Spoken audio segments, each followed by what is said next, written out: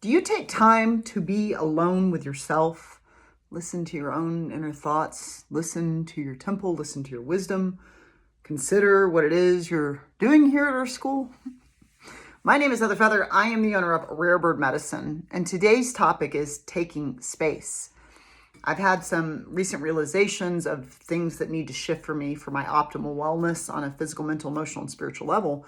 And I made the decision that from January 1st until we're having a punk rock posse reunion party in Texas in June, until that event in June, I'm going to take some space. And by taking space, what that means to me is I'm not doing phone calls with people. I'm not doing interactions. I'm not having visitors. I'm not going to be using social media as much. I'll make videos for Rare Bird Medicine, but over and above that, I'm going to work to get really disciplined to not be on Instagram, on Facebook, on things like that. I'm going to work to use the powers of my attention to ensure that my ship is aligned in the direction I want it to be aligned in so that I can experience optimal health and wellness and a life worth living, the life I want to live. And so I just got to see my family. I went to Texas. My Aunt Peggy is in Page, Texas, close to Bastrop. So we got several Airbnbs there to all go visit her. And it was lovely to get to see her and my cousin Leslie and to see my tribe. And I communicated to them and let them know, of course, your family, if there's an emergency, let me know, but I'm not going to be responding to stuff. For me, taking space means literally letting go of the responsibility that because this device is in my pocket, hey, let me be your Johnny on the spot. Let me be your Johnny on the spot. Did you contact me? Let me contact you back, I used to have tremendous sense of urgency because although I didn't grow up with a phone in my pocket, it used to be if you got a phone call and you had a voicemail message, you would return the call as soon as you were able, and now there's this unconscious expectation that because I have a device, I should respond. Well, I don't want to consume the amount of social media that I do consume, save those things that evolve and grow the self, because I'm super into my evolution in this lifetime. So I definitely don't want to consume other people's social media. So now Rare Bird Medicine is on TikTok, it's on Instagram, it's on Facebook, it has a YouTube channel, and you can always subscribe to the YouTube channel, which I appreciate. It supports Rare Bird Medicine. However, all of those creations in which I'm posting Rare Bird Medicine stuff, Heather Feather often posts things about her life. I have some pictures I'm going to post from my recent trip to Texas, but I'm also going to work to not post because every time I post, then there's a response and then you're looking at the responses. And I really want to disengage my awareness and my attention from all of the things that are going to have me engaging technology nonstop, which is not a frequency resonance, to the way I want to live the latter half of my life. I'm 50. I just turned 50 in November. And so what am I going to do from 50 forward? Am I stretching? Am I going to be able to tie my shoes when I'm 83? Have I been stretching every day? Yeah, I do 100 sit-ups, 60 push-ups every Monday, Wednesday, Friday. I do Qigong every Tuesday and Thursday. But these things and these practices that I'm folding in and I'm trying to give my undivided attention to so that I can be healed on all the levels, all of those things, they require time. And I've told people throughout my life, I don't want to consume social media. I would love to not have a phone or a device. I didn't grow up with this. I used to go play in the creek. I'd rather go play in the creek, frankly. I'd love to go play in the forest. That's where I want to go play in the forest. I want to have a tickle party. I want to let's practice yelling into each other's mouths. Let's have a leg wrestle in the streets. You know what I mean? Let's have a catch-up fight on the lawn. I'm trying to have fun. I'm trying to enjoy life. I'm trying to laugh. I'm trying to find things that make me laugh hysterically. And it's not typically these things. These things are not bad. They're a tool. But just like a hammer is a tool to put a nail in a board, I don't carry a hammer around with me and constantly look at it. Are there any nails? Are there any nails? Any nails like a nail in the boards, But because these devices are with us all the time, we can constantly be checking and posting and looking and. And so that to me can increase cortisol. It can increase more left hemisphere, less right hemisphere creative thinking. And what I need to download what it is I'm working to create, which is a magical college of mysticism where people can become accredited in magical acts, not illusion, but magical acts such as defying physics would be the way it would be described if we wanted to consider it scientifically. this requires me to make a ton of textbooks. It requires me to do a lot of work. It requires me to use my attention. The thing is I have lifetimes of development of empathy, and my empathy causes me to be a generous listener to people's dreams, to people's thoughts, to people's feelings, to people's lives.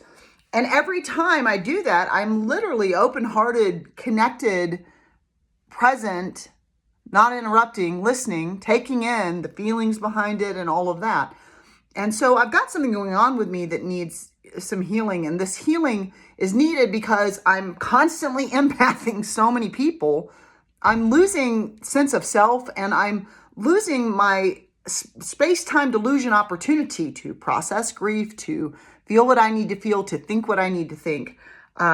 I'm constantly having to redirect my frequency back to the self. Now, Heather has, Cancer, Moon, and Mars, Scorpio cusping Sun, Scorpio, Mercury, Scorpio, North Node. I have plenty of water in my cup, if you will. And water signs tend to be more insular. They tend to be more introverted. And I definitely can express or be perceived as extroverted. I relate as a deeply introverted person. That means that my cup is refilled when I'm alone. My cup is refilled when I shut my eyes and don't have to chew on this world.